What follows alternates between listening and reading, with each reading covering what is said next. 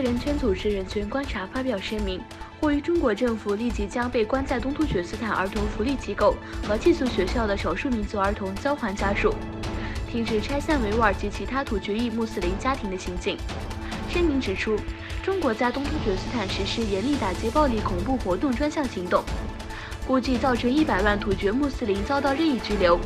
并被关进非法的政治教育营。无数儿童因父母被抓或流亡而被中国当局送进国营儿童福利院或寄宿学校，即未经父母同意也不准亲属探视。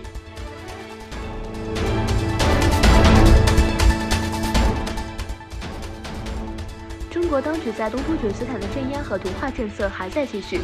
与此同时，海外维吾尔人保护自己的传统文化和语言，并试图将其传递给下一代。据悉，位于荷兰首都阿姆斯特丹的维吾尔文化和新闻协会宣布成立维吾尔母语学校。这所学校将教授东突厥斯坦历史、维吾尔语言和文化等宗教和科学科目。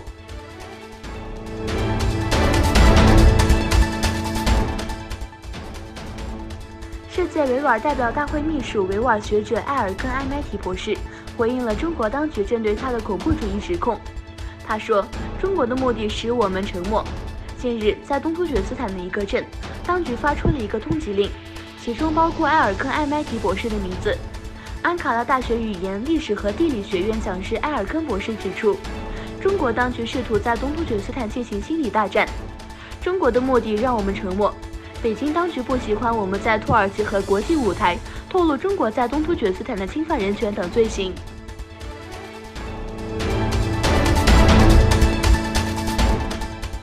俄罗斯国防部表示，共有12.8万名军人、2万余台军事装备以及近600架战机参加中央2019演习。军演定于9月16至21日举行。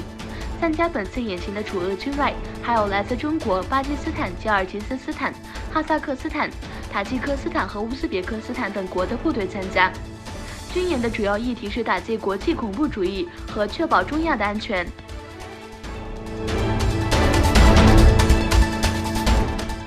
欧盟指出，在以色列计划吞并约旦河谷之后，以色列在约旦河谷建立一个新的非法犹太人定居点，是另一个有争议的计划。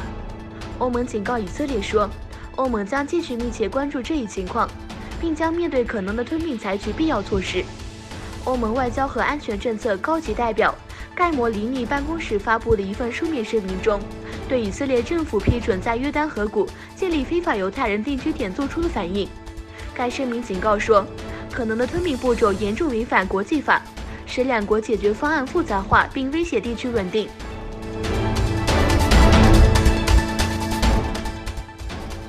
在阿富汗首都喀布尔和帕尔曼发生了2起自杀式袭击，造成48人死亡。据了解，大多数在袭击中丧生的人都是平民。塔利班发给媒体声明说，今天2起爆炸是他们干的。